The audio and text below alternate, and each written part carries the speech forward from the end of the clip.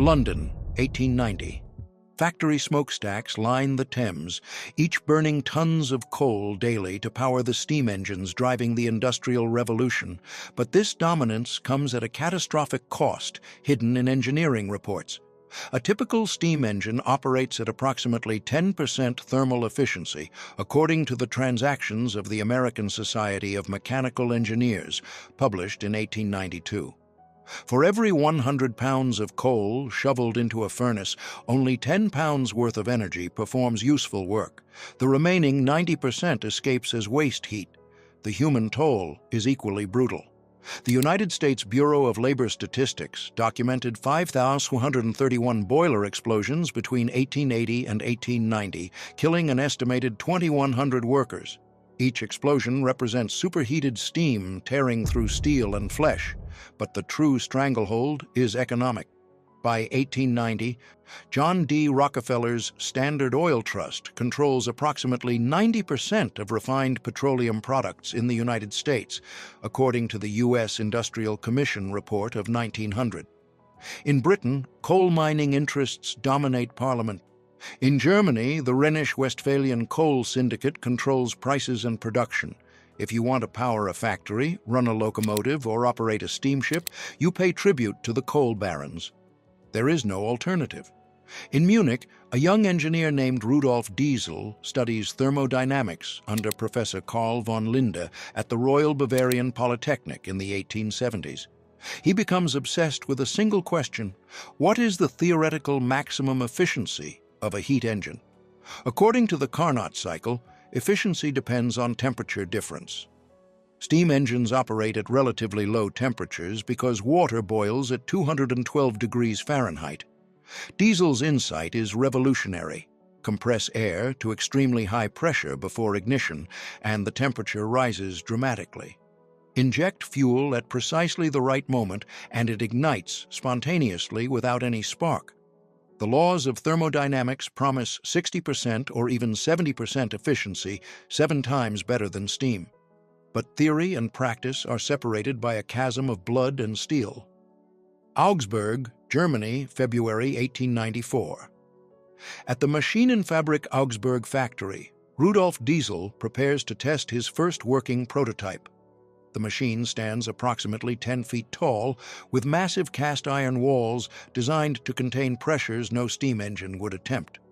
The principle: compress air to 500 pounds per square inch. At this compression ratio of approximately 14:1, air temperature reaches 1,000 degrees Fahrenheit. Inject fuel, and spontaneous ignition occurs. Diesel's 1893 patent, German patent 67207, describes this as a new rational heat motor, realizing the Carnot process at higher temperatures while using cheaper fuels. Workers hand crank the flywheel. The engine fires once and twice.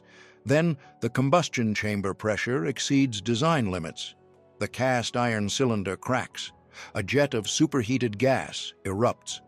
According to Diesel's 1913 book, Die Entstehung der Dieselmotors, the explosion threw him across the workshop. He suffered severe burns and was hospitalized for weeks at the Municipal Hospital of Augsburg. But Diesel is convinced the physics are correct. Over 3 years, from 1894 to 1897, he builds and destroys multiple prototypes. The breakthrough comes on February 17, 1897. Diesel demonstrates a single-cylinder engine running continuously for 1 hour, producing 13.1 horsepower, while consuming only 238 grams of fuel per horsepower hour. A comparable steam engine consumes approximately 700 grams of coal per horsepower hour. Test reports at the Deutsches Museum in Munich document thermal efficiency of 26.2%, nearly triple the best steam engines. Diesel has proven his theory correct, but he isn't satisfied with merely building a better engine. His next move will put him in the crosshairs of the world's most powerful men. Paris, France, August 1900. The Exposition Universelle draws millions to see electric lighting, moving sidewalks, and technological marvels. In the Palace of Engines, Rudolf Diesel has secured prime exhibition space. But the engine on display isn't running on petroleum or coal gas. According to the official exhibition catalogue and contemporary Le Petit Journal accounts, diesel's engine runs on pure peanut oil. This isn't a publicity stunt. Diesel has experimented with vegetable oils since 1895. His research notes at the Deutsches Museum document successful tests using rapeseed oil, hemp oil, and various vegetable fats. On August 10, 1900, Diesel addresses engineers and industrialists. According to the Bulletin de la Société d'Encouragement pour l'Industrie Nationale, he declares, "The use of vegetable oils for engine fuels may seem insignificant today, but such oils may become, in the course of time, as important as petroleum and the coal tar products of the present time."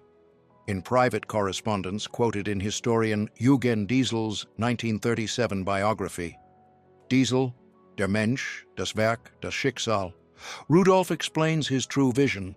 His engine will allow small farmers to grow their own fuel, breaking the monopolistic control of energy production. This is revolutionary.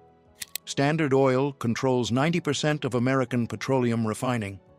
British coal companies dominate the House of Lords. The entire energy economy depends on centralized production controlled by monopolies. Diesel's peanut oil engine threatens this structure. If farmers press their own fuel from crops, the energy monopolies lose their stranglehold. The engine becomes a tool of economic liberation. The Otto cycle gasoline engine, invented in 1876, requires highly refined petroleum. Only large refineries can produce it. Diesel's compression ignition engine can burn almost any combustible liquid. Crude vegetable oils work perfectly. In 1900, most of the world's population lives in rural agricultural communities. If Diesel's vision spreads, millions of farmers become energy independent. Coal companies and oil refineries lose their captive customers. Diesel has revealed his invention before securing political protection, and the entities he threatens have resources and ruthlessness to eliminate threats. New York City, 1901. At 26 Broadway, Standard Oil headquarters, executives analyze reports from Paris. Diesel's engine represents a direct challenge to their emerging transportation fuel dominance. Standard Oil's model depends on controlling every stage: wells, pipelines, refineries, railroad tank cars. But vertical integration only works if customers must buy your product. The company's 1901 annual report at Harvard's Baker Library shows kerosene still dominates revenue, but executives anticipate shifting to transportation fuels as electric lighting spreads. Diesel's engine threatens to dominate industrial power, marine propulsion, and agricultural machinery, applications consuming far more fuel than automobiles. If diesel engines burn vegetable oil, Standard Oil loses millions of barrels annually. Coal interests face even greater threat. U.S. coal production in 1900 reached 212 million tons, according to the U.S. Geological Survey. Britain mined 225 million tons. Germany produced 149 million tons. Diesel's superior efficiency means replacing steam while using a fraction of fuel. Rudolf Diesel continues promoting vegetable oils. In technical papers published in the Zeitschrift des Vereines Deutscher Ingenieure between 1901 and 1912, he repeatedly emphasizes agricultural potential.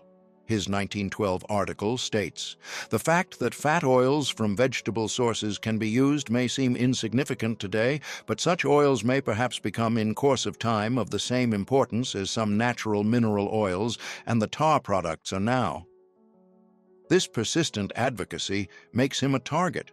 He isn't simply inventing a better engine, he's proposing restructuring the global energy economy, transferring wealth from industrial monopolies to agricultural producers. By 1913, he has attracted even more dangerous attention.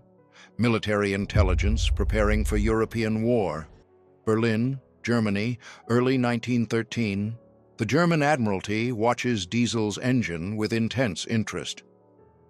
The Imperial Navy faces a strategic problem Diesel's invention might solve.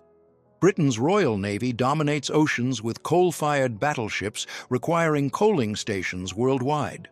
Germany, lacking Britain's colonial network, struggles to project power beyond Europe. Diesel's superior fuel efficiency means ships travel farther without refueling. Liquid fuel pumps aboard quickly, while coal requires days of shoveling. In 1904, France commissioned the submarine Aigret, powered by a diesel engine. It demonstrated remarkable range compared to gasoline or steam-electric designs. By 1913, Germany's U-boat program expands rapidly. Krupp's Germania Werft builds U-19 class submarines with 2 diesel engines producing 850 horsepower each, achieving 8,000 nautical mile ranges according to Bundesarchiv Militär Archive specifications. Rudolf Diesel, however, is an internationalist. Born in Paris in 1858, he considers himself European rather than German. He maintains business relationships across France, Britain, Belgium, and America. This becomes dangerous. In early 1913, Diesel arranges a London trip to negotiate with the British Admiralty and Consolidated Diesel Engine manufacturers. German intelligence views this with alarm. Declassified documents from the 1960s reveal Diesel was under surveillance by military intelligence, concerned he would sell technology to potential enemies. If Britain adopts diesel engines widely, it gains decisive naval advantage, undermining Germany's submarine warfare strategy. Diesel's finances add complexity. Despite his engine's success, patent disputes and failed ventures drain resources. By September 1913, legal expenses strain his assets, though historian Friedrich Sass's 1962 analysis shows he's not bankrupt. On September 29, 1913, Rudolf Diesel boards the steamship Dresden in Antwerp, bound for London. He's traveling with George Carrels, a Belgian manufacturer, and Alfred Lockman from Augsburg. He appears in good spirits. After dinner around 9:00 p.m., Diesel retires to cabin 34. He requests a 6:15 a.m. wake-up call. The steward confirms this request, the last recorded interaction while Diesel was alive. North Sea, September 30, 1913, 6:15 a.m. A steward knocks on cabin 34. No response. He unlocks the door. The cabin is empty. The bed hasn't been slept in. Diesel's nightshirt is laid out neatly. Day clothes are arranged carefully. Nothing appears disturbed. A ship-wide search begins. Every deck, every storage area is systematically checked. Rudolf Diesel is nowhere aboard. At 10:09 a.m., crew members find Diesel's coat folded neatly beneath the deck railing. Personal items remain in the pockets. No signs of struggle. It's as if he carefully removed his coat, positioned it precisely, and ceased to exist. The Dresden reverses course and searches for hours. They find nothing. North Sea water temperature in late September is 55 degrees Fahrenheit. Survival time is measured in hours. The ship continues to London. British authorities are notified. Carrels and Luckman insist Diesel seemed normal at dinner. Neither heard anything unusual. Martha Diesel receives news in Munich on October 1st. Investigations begin across German, British, and Belgian authorities. The Belgian Maritime Police report, filed October 15th, concludes Diesel disappeared under circumstances that cannot be definitively determined. No witnesses, no physical evidence of foul play, neat arrangement of effects. On October 10th, a Dutch pilot boat encounters a floating body near Belgium. Following standard procedure for decomposed remains, they remove identification items, a leather case, pocket knife, personal effects, then release the body. On October 13th, Diesel's son Eugen travels to Vlissingen, Netherlands. He positively identifies the items, particularly the pocket knife he recognizes. No autopsy determines cause of death. The official conclusion: suicide driven by financial despair. The New York Times reports on October 14, 1913, Rudolf Diesel missing, believed drowned, mentioning recent financial difficulties. But the suicide narrative has problems. Diesel's finances, while strained, weren't catastrophic. He had reasons for optimism about London negotiations. The timing is troubling. Diesel disappears exactly when his engine technology becomes critical to military planning. He's traveling to Britain, possibly negotiating with Germany's likely future enemy. Assassination cannot be dismissed. German intelligence had motive to prevent technology transfer. British intelligence had motive to acquire diesel.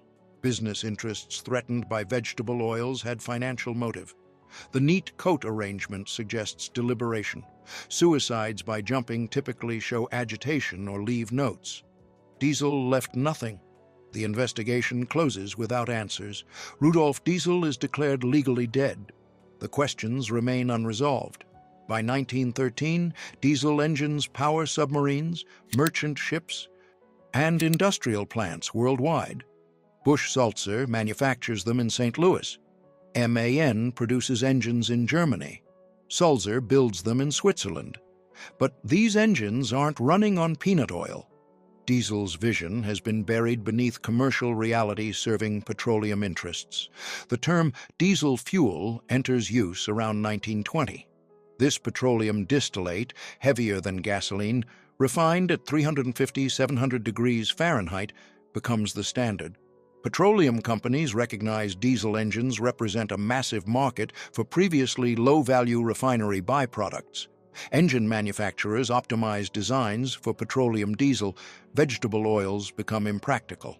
World War I, erupting August 1914, proves the invention's military value.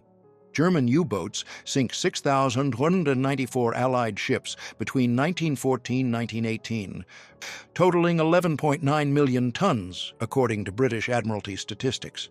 Most U-boats use diesel engines.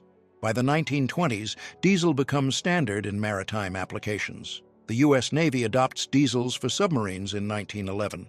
By 1925, according to Jane's fighting ships, most new merchant vessels above 5,000 tons are diesel-powered. Diesel locomotives replace steam by the 1960s. Caterpillar introduces diesel tractors in the 1930s.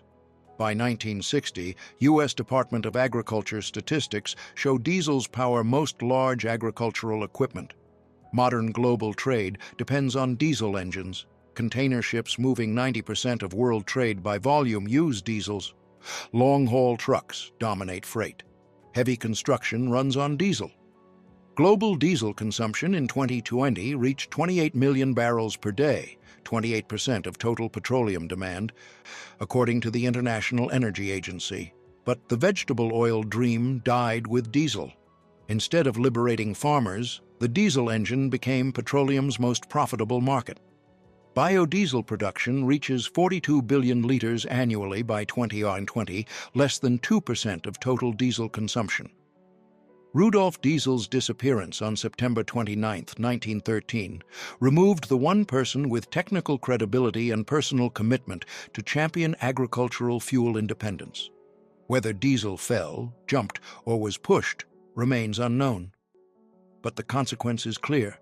The technology that could have freed the world from petroleum dependence became petroleum's most valuable product instead. The steady rumble of diesel engines powering modern civilization is Rudolf Diesel's monument. But it stands over a grave marked with unanswered questions and a dream that died in the North Sea on a September night in 1913.